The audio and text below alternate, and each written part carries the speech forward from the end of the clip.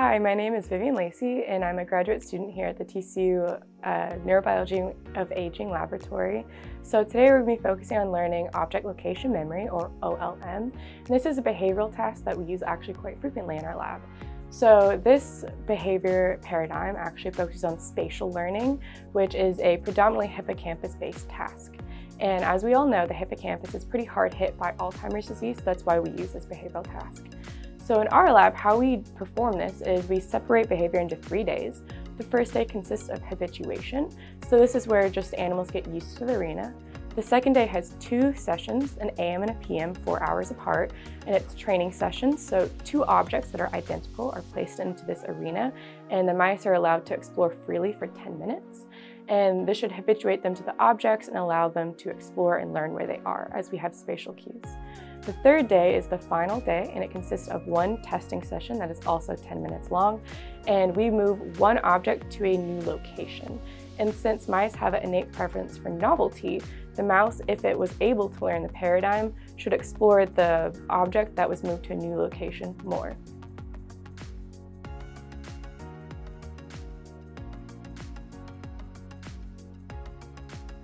So this is the computer we'll use for the object location memory task. Specifically, you'll turn on this larger computer first, and then this is the monitor where you'll actually set up the experimental protocols, and we'll show that later. And we have a curtain for privacy, not only so the animals don't see you while you're sitting waiting for a behavior to be run, but also the curtain will have to be tucked behind so the light from the computers doesn't show and distract the animal during behavior.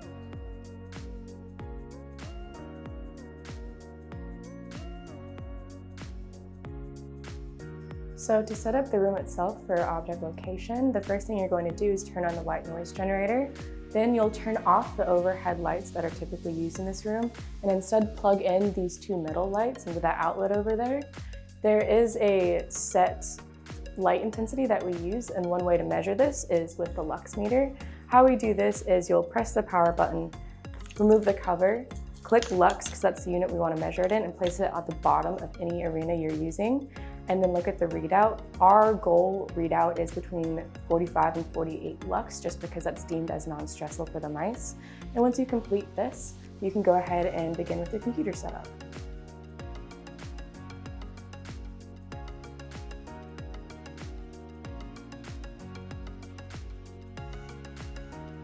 Hi everyone, so we're going to go ahead and look at how to set up this computer for OLM, or object location memory. So hopefully if you've gotten to this point, you've already turned on the computer and logged in with the username and password. It should be located on top of a sticky note that's on the computer monitor itself. So ignore this window. This is just for the sake of recording this section of the video. But as soon as you are on the screen, what you're going to go ahead and do is click this EthoVision XT7 icon. It's right below the recycle bin. So you'll double click it, and it takes a second to load every once in a while. But it should pop up with this window. So the first thing you're going to do is you're going to load the correct experiment. So what you're going to do is you're going to click File, you're going to go all the way down here to the VL No Camera. So you will always use this experimental paradigm for all of the OLM that you're running. This is just how we have the arenas set up. So go ahead and click that. And it should pop up with this window. You don't need to change anything on the screen. It shows that we have 4 arenas, which you can see is right for the room. We're measuring our center point, nose point, and tail base detection, which when there is an actual mouse, you'll be able to see that pretty clearly. We're live tracking, so don't change anything on this section. But the first thing you'll need to do when you're trying to set up for an actual behavioral task is go to this trial list tab under the setup. So you'll click that, and what this is it's a list of all of the trials that we have run for this behavioral paradigm. So all of these trials are previous animals, and they've already been acquired, so we already have data for this. But you can see under each trial, it records for all 4 arenas. So you only have to have 1 trial to record all 4 arenas. And then over here is where you record the animal numbers. So that's super important for our knowledge and to keep everything on track. One other thing I want to point out is the naming system. So each animal will go through this behavior 5 times. So it's really important that we label it accordingly so when we're analyzing the data, we don't get confused. So if it's the first part of habituation, we label it the animal number and then H1. For the second part of habituation, it's the animal number and then H2. If I scroll down for some trainings, it'll be the animal number TR for training 1. Same thing for training 2, animal number TR2. And for testing, we just put test or TE. So it's very important that you try and follow, or you do follow, this animal naming mechanism within the program. And if you want to add trials, you just go up to this top and you click the Add Trials button. And you just click how many trials you want to add. So let's say I want to add 3. So go ahead and it adds it to the very bottom. And in this zone is where you add your animal numbers. You just double click, type in what you want to type in. So I actually already have some from previous, so I can call it testing habituation 1, testing habituation 2. Oops, so it's still being testing 2. And then let's say we wanted to do a testing train 1 and a testing train 2. It is a lot easier on your day of behavior to go ahead and input all of the animal numbers for your session. So I put in all of the animals for habituation 1 and then go ahead and run behavior.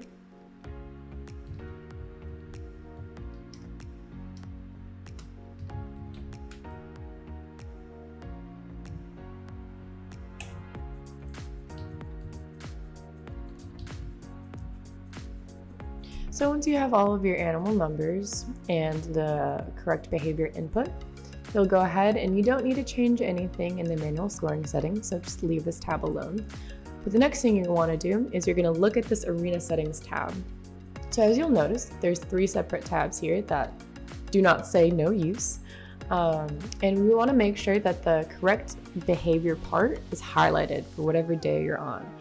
So if I'm doing habituation that day, I'm just going to click habituation. You see how it's highlighted blue now. And you don't need to change any of this stuff. This is how the computer knows what it's measuring. So we have all of our arenas labeled. We have all of our zones labeled. And then this is just a screen grab of the background image. So as you can tell in habituation, we're measuring our move object, which is the object that will move in the testing. We have our novel, which is where this object will be moved to a novel location. And we have our stay object, and this object does not move for the entire paradigm.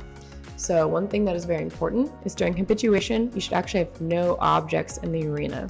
The reason why we measure all 3 of these zones, even though there are no objects, is just to measure for any preferences a mouse might have for a certain part of the arena to make sure there's no biases. So the days that you actually do have objects in the arena should be testing and training. So if I click training, you see how now this is highlighted blue. So this has our stay and our move objects. So we won't need to change anything in this, but we just want to make sure it's blue if we're on our training day. We don't need to change anything in trial control, but just double check it says 10-minute trial auto. And under detection, we don't need to change anything, but we want to make sure it says final and that it's highlighted blue. So if we have our arena set up and all of our animal numbers in, the next thing we'll do is we're going to go under this acquisition tab and then acquisition again. And this will show us a live video. So once this video window loads, this is the actual video itself, which you can see by my hand moving. So in this window, you can go ahead and see that all the arenas are labeled. So 1, 2, 3, and 4. And we also put little sticky tabs on the arena themselves, so you can kind of see one over here. And that's just so when you're putting the animal in, you are for sure putting the right animal in the right arena. So with that, we always put the correct animal number in the matching arena. So if I have animal A 2.1, he's always going to go in arena 1. Animal 2.2 is always going to be arena 2, and so forth and so forth. If we have, say, only 2 animals in the box, we just leave the remaining 2 arenas empty. So one thing that I do want to know is I'm measuring for training, or pretending to, and one thing that you can change is the show hide. So I'll go up in this upper right hand corner, click arena features, and this will show all of the zones that I can see reflected on here. So this is super helpful, especially when we're actually placing our objects, so in between training or in between cleaning, and if you're just setting up the arena for the first time that day. So as you can tell, when I click all of them and I click OK,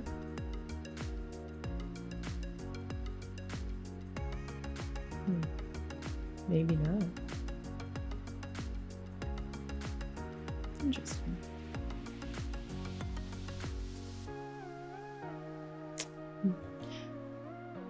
So when they're all clicked, the matching one should pop up.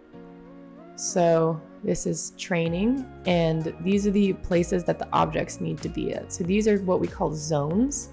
So the center of the zone, there's a little plus sign, and it's super important that the objects are placed as much as you can in the center of the zone, which the plus signs will help you figure out.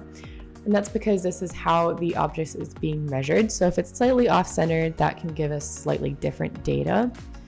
So when you're setting up, always double check the monitor, make sure it's set up appropriately, and make sure that the objects are specifically where they need to be. So for instance, for training, I'm only putting objects in areas that actually have color zones. So once this is all set up, and you have your animal numbers in, and your room is set up, which should be the first thing you do, the only thing you have to do next is double check the save video is clicked, and then you can actually just click this green button to start the trial. So you'll go ahead and place your animals in the arenas around the center, and then you'll run over here with your partner very quietly, and you'll click this, and as soon as it sees animal movements, like my hand for instance, it'll go ahead and start the timer. So all of these behavioral tests, so habituation, training, and testing, are all 10 minutes. So for habituation, you can just sit for 10 minutes, make sure that the mice are doing their thing pretty much. You don't have to do anything else because there should be no objects in habituation.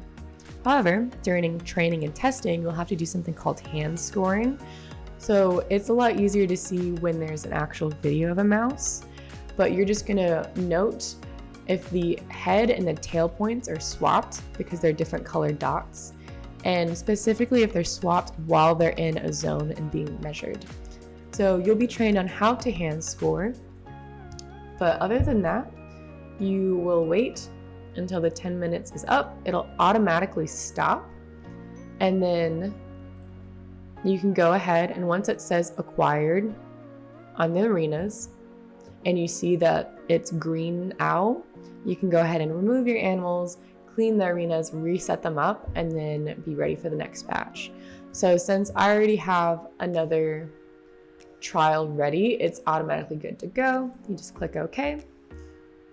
And then for the next trial, all you have to do is click this green start trial button again.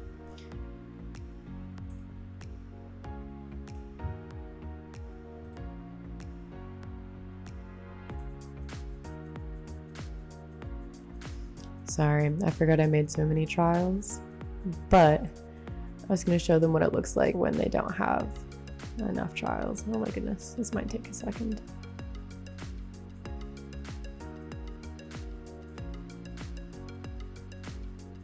There we go. So when you're done with your last trial and you've run through all of your behavior, this window should pop up where it says no trial planned. So you should be good to go. So from then on, you can just actually exit out of this window. The data automatically saves, so don't worry about losing it. And if you get this window before you're done with running with behavior, it means you did not input all of your animal trials in beforehand. So go ahead and just add your trials back at the trial list. It doesn't hurt anything. But as you can tell, all of this data has been acquired, so these trials are done. So once again, once you're done, it says no trial plan, go ahead and just exit out of this window. And then go ahead and clean your arena, make sure everything looks good. When you're done with this, always, always, always log out and shut down this computer.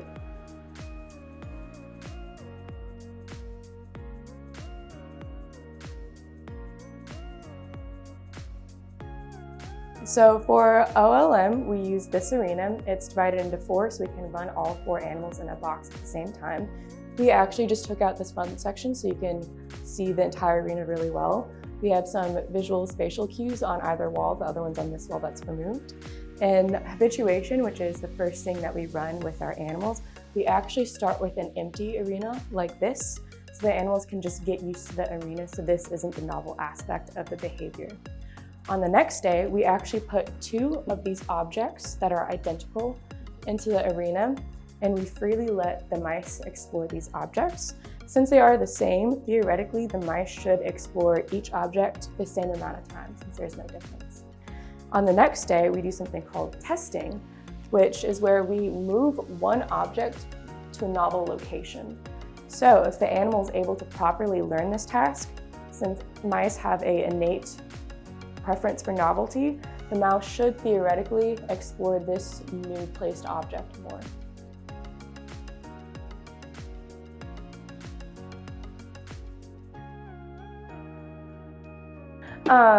Okay, so when we're actually running behavior, normally you will have 2 boxes and your partner will have 2 boxes, so you can run all 4 animals at the same time.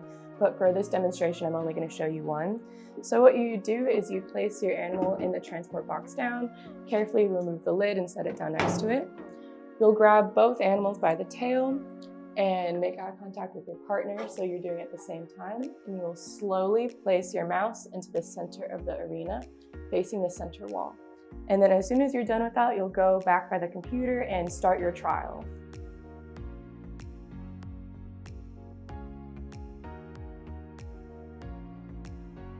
So once this behavioral trial is done, what you and your partner will do is you will pick up your mouse and place it back into your transport box, put on the lid and take it back to the housing room, where one of you will remain and put the animals back and get the next trial started if there is one, and the other partner will come back and clean.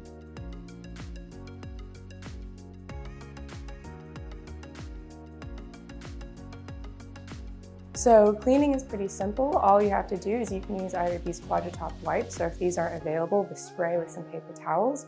Be sure to remove the objects and completely clean not only the bottom of the arena, but the sides where the mouse can touch the wall to eliminate any odors. Also, clean the objects themselves pretty thoroughly and place the objects back in the right location, and you can ensure that they're in the right location by going back to your computer and ensuring that these objects are in the center of the zone.